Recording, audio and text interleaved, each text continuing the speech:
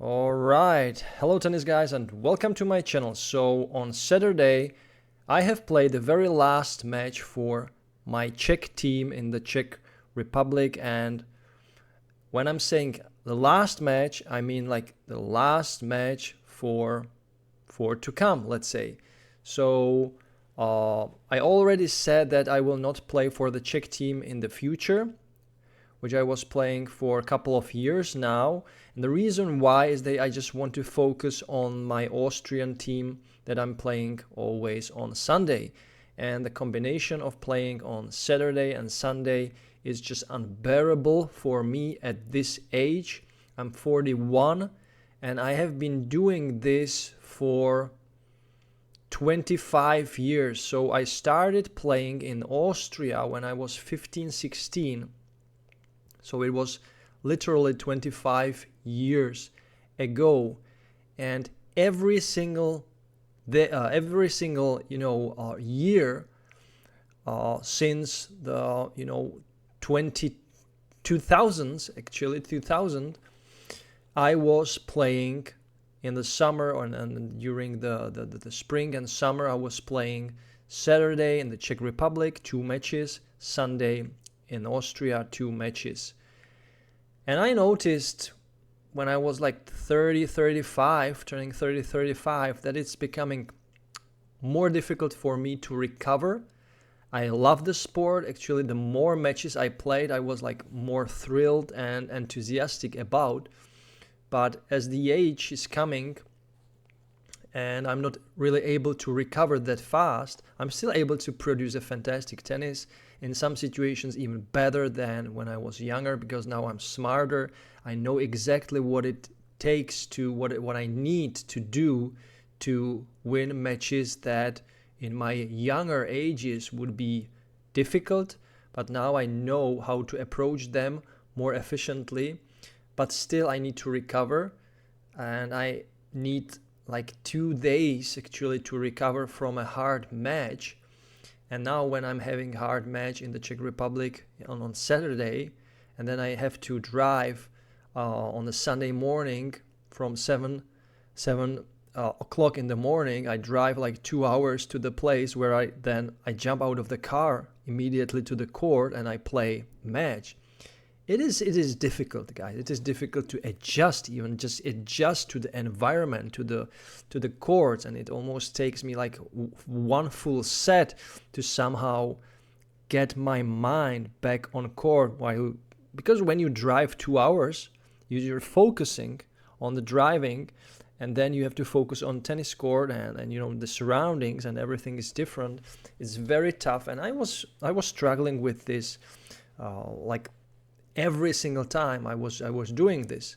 So my last match on Saturday in the Czech Republic was a quite difficult one against a young guy, and I have played a 3-setter. I actually did not expect that I will play a 3-setter. I thought it would be a little bit easier for me, but it went like that. It was hot, and I was able to win the first set, let's say, quite easily. It was, I think, 6-3. Yeah, 6-3. And then in the second set, my opponent changed the way he played. So he was playing suddenly, instead of, let's say, normal tennis, he started to play the moon balls. So he turned into a moon baller, and it is always very difficult to play against moon baller, to find the right solution, and it takes patience, and it takes extra shots, and it takes lots of running and preparation and moving.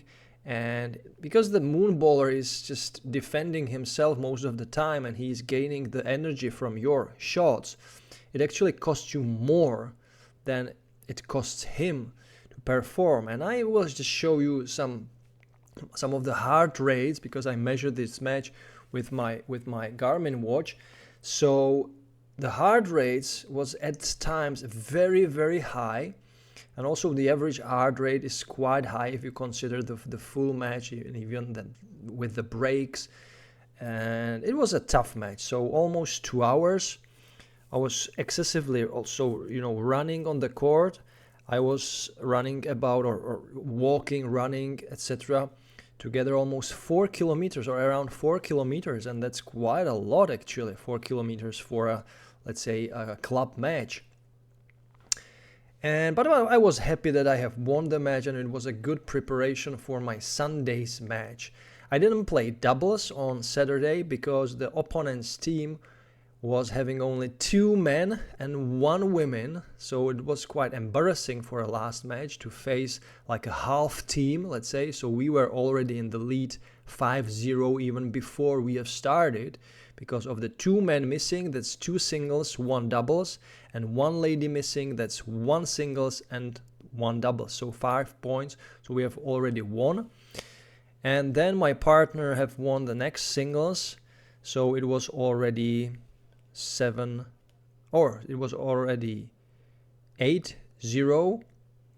So we just then played one doubles, 1 men's doubles, and we lost the doubles. I think in 2 sets. It was a first set like 3-6 and the second set was 6-7.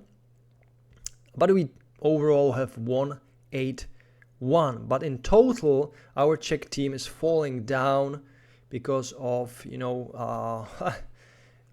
very unfortunate results.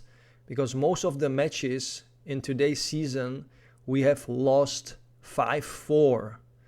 Which was very unfortunate, and even we have lost against the winning team in our category.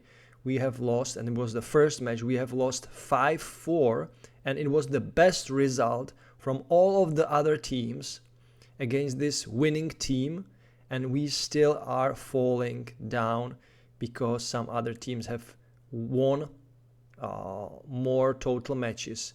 But the score for us is actually better than for some of the winning teams in front of us. But yeah, that's very unfortunate. And on Sunday I have played with my Austrian team the Wachauer against Eggenburg in Eggenburg, and I was very fortunate that my father was coming with me, so he was a driver at that day for the first time this season, and it helps you so much when you are not focusing on driving the car, because you can kind of relax, you can think about other things, you can eat. I can have easy breakfast while sitting in the car, not when I'm driving, because what I do is that when I drive the car, I actually eat at the same moment, so I just grab some food and eat and drive and focus, and it's not very relaxing, right? So it's quite a stressful thing, but at this time I had my father as a driver and as a coach, and it gives you so much. So this experience, and it was experience in the last couple of years, because I was like almost always driving alone. So this gave me such a kind of ease and confidence also. So having someone in your team actually that is around you, just his presence gives you, it's a boost in everything. So that's something I want to point out. So if you are kind of a lone wolf in your tennis journey and you have nobody around you who is helping you, you don't have, for example, if you don't have a girlfriend or boyfriend, or if you don't have any of family members who are helping you in your tennis journey, or if you don't have any friends that are kind of helping you, you are really alone. It is insanely tough to deal with everything, because you are the one who needs to do absolutely everything, from the preparation, from the assessment, from the post-match kind of reaction and emotions. But when you have someone that is with you, it is such a relief and help that it's absolutely, in my opinion, on certain level, it is a necessity. It's a must. You must have someone that is helping you. You can't be alone in a tennis journey from a certain level, let's say. So we were playing in Eggenburg, and my opponent was a 33-year-old guy that I have faced previously, but I did not remember that match. But someone was telling me I was playing against him, a 3-setter that I have probably won a couple of years ago, and now we met again, and his ITN number is quite similar to my number. So my number now is around 3.2. His number is 3.3. So he's just, according to the ITN number, just a little bit worse, let's say. But it is almost the same, like 3.2 or 3.3. It's almost the same. And when I stepped on the courts were really have the big surroundings. So there was lots of space to run and to really feel that you are playing on a proper tennis court. There were three of the courts. I felt quite good. The court was not bad. It was not super slow. It was not very fast. It was like a medium clay court, quite decently made. But the other 2 courts were a lot worse because they mostly play on the first court, right? So we have played on the first court. When we were in a warming up session, I immediately noticed he's a one-hander. He plays one-handed backhand, and I knew that this will be an advantage because usually one-handers nowadays, they are almost extinct, and at the same time, one-handers are, in my opinion, when you are not a pro, let's say, and you are a club-level player or an advanced player, the one-handers are not that, let's say, intimidating.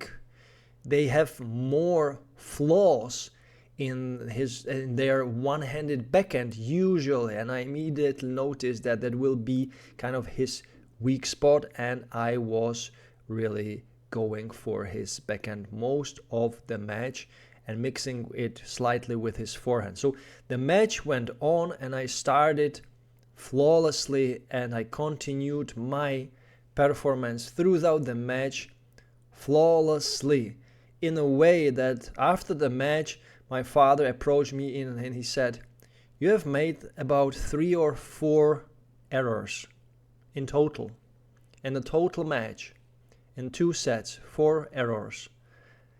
So it was 6-love for me, and I was thinking, oh man, he doesn't deserve it, because there are normal rallies, like long rallies, 8 balls, 10 balls rallies, like standard match. But if you are watching it, there was no doubt who was a better player, and he had to run, he had to really grind for every single point, and I was not making mistakes, and at the same time I was playing like fast, but not some crazy fast. It was focused, precise, and I performed one of my best matches. And I'm telling this like in every single video, but I keep getting better and better every week now. Sadly, there is a stop with these competitions because in the Czech Republic we are done. In the Austria, there will be now a long break, and we will continue with the competition in September. There are just 2 matches left, but this singles match was my peak performance, let's say. But I must notice the thing that I knew that I'm a better player right from the start, and if you know this, then you have this advantage, and you just need to do the things you know and focus on them. You can also win the match like 6-3, 6-2. No problem at all. No one will say anything. It would be like a normal match. But to win it 6-love, 2 bagels, it takes constant focus, determination, and the will to actually kind of do it this way, to be flawless.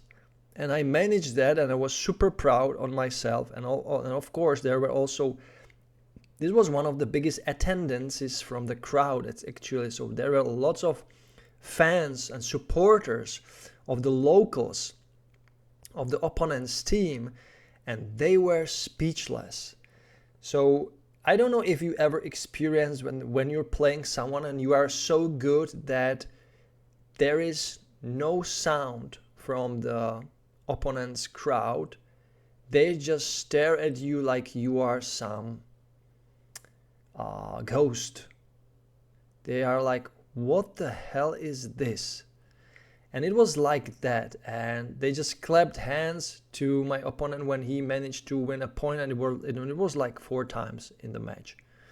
So it was literally demolition of the opponent, and I told him after the match that I'm sorry that he kind of have faced my best version yet in this season probably, and he actually deserved, because his performance was not bad, he deserved to win at least 2 games, at least 2 games, at least. I mean, like, actually it was like 3-4 games were well deserved for him, because he was few times, I believe he was like 40-15, but I managed to come back.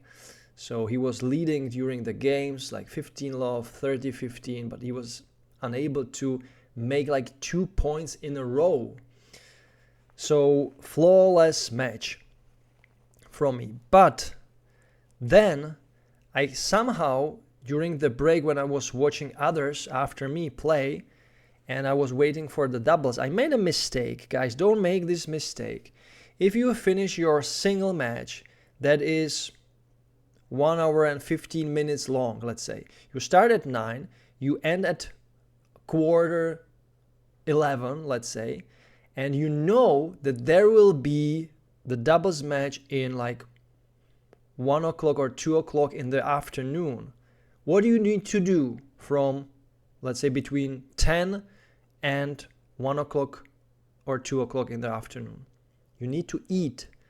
And I kind of ignore that. I just had some sandwich that I have made from home, and that was it. Nothing else.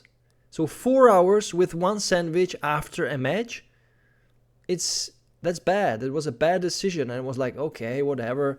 I can play the doubles. Yeah, no problem for me, right? But I ignored lunch. And there were people who were eating lunch. They were making in the club some wraps, or let's say tortilla wrap. And I ignored that, and it was a mistake. So when I went on the doubles match, and we played against the number 2 and number 3 or number 4. And they were quite good, those guys, actually. They were good from the baseline. I felt this like fog. You have like fog in your head. You can't focus. You don't know actually where the lines are, because you are kind of, you seem to be tired without focus. I also didn't eat anything sweet, no sugar, nothing, and it was a mistake. So the energy levels of my body were a little bit down, and I did not perform well during the doubles. And I actually told my partner after the doubles, we have lost the doubles 10-7 in super tiebreak, so it wasn't a bad doubles, it was close. 4-6, it was 4-6, 6-2, and 7-10. So, and it was possible for us to win in 2 sets. But I felt like this was like the worst doubles in this season for me, because I made this mistake. I didn't eat. I didn't fill my body with energy to stay fresh and energized. And I was like getting constantly tired, more tired and more tired. And that actually transitioned to the next day, to Monday, when on Monday I felt like super tired. So that was a mistake. Also, there was this single match on Saturday, of course. Hot weather, lots of sun exposure. So, yeah, we have lost the match, and in total we have lost 8-1. So I was the only one who have won the singles match, but in total we have lost 8-1, and it was quite a bitter loss. And at the same time, we are going to probably fall down from the Kreisliga A to Kreisliga B that we will be playing next year. So the positive thing, or the good things to take from this is just to feel your body when you are done with your match. Just take the shower and put something into your body, eat. If you know that in the next couple of hours, like 3-4 hours, there's this waiting time for doubles, it's a plenty of time to eat, and you can actually eat quite a lot. So yeah, I waited, and I eat after the doubles the tortilla from the opponent's team, from the grill person who was there, and it was fantastic. And I just wished I made the decision before the doubles, not after the doubles, to eat. So guys, one thing to notice also is that when you feel you are good in the singles, it doesn't mean you will perform well in the doubles. It is actually very often exactly the opposite thing, because in the singles, when you are in the zone, you feel the whole court, you have lots of space where you can play the ball. But the doubles is actually more difficult to stay in the line, because there are almost entirely the whole match just cross rallies. So you need to play cross very precise, efficiently, fast, and you need to have good reactions. Doubles is a faster game than singles, and I didn't have that. So I didn't have that. I was slower, I wasn't sure. The racket felt heavy for me suddenly. In the singles it was okay. So in the doubles I have switched to the RF Future model, to the lighter model, but it did not help dramatically. It was actually almost, it felt like it's the same, and I have a hybrid string in the Future, so I kind of lost a little bit of the control. I gained a little bit more energy and feel, but because my body and my head was tired, it didn't really help me that much when I switched those rackets. So guys, stay hydrated, stay really, stay good, on a good level with food, with nutrients, with nutrition. You need to eat, even though when you feel like tired and your stomach is like, has shrinked from the match. Just relax a little bit, drink, eat, fill with energy, and you can then perform well. If you don't do it, you can't live on the court from just breathing, right? You need some energy boost, and that's the food and supplements, of course. So guys, thank you so much for watching. That concludes my this, let's say, last vlog from the summer, let's say, season, summer tennis season, competition season. And of course, now I will be focusing on other videos as well. So guys, thank you so much for watching, and as always, enjoy tennis, play tennis, watch tennis every time, every day, and don't forget to enjoy the maneuverability. Bye guys. You can't be serious, man. You cannot be serious! That ball was on the line!